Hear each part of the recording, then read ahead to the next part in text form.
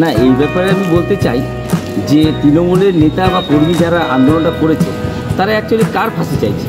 মমতা ব্যানার্জির ফাঁসি চাইছে না দোষীদের ফাঁসি চাইছে?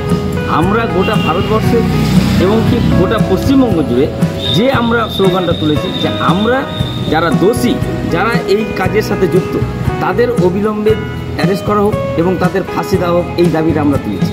কিন্তু আসলে তৃণমূলের নেতাদের তো নিজেরা স্লোগানটা কী দিবে নিজেরা বুঝে উঠতে পারে না, এবং তারা আজকে পশ্চিমবঙ্গে যে অরাজকতা সৃষ্টি করেছে, আজকে প্রতিবাদ করতে গেলে অ্যারেস্ট করা হচ্ছে, জেগে পাঠানো হচ্ছে, লালবাজারে থানায় জেগে পাঠানো হচ্ছে।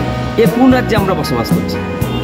আমরা পশ্চিমবঙ্গ হিসাবে, আমরা সাধারণ নাগরিক হিসাবে আমাদের এটা লজ্জা হয় যে আমরা কোন রাজ্যে বসবাস করছি।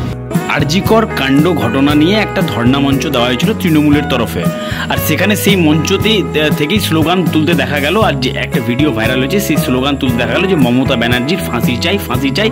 আর সেই স্লোগানে সুর মেলাতে দেখা গেল আপনাদেরকেও। কি বলবেন?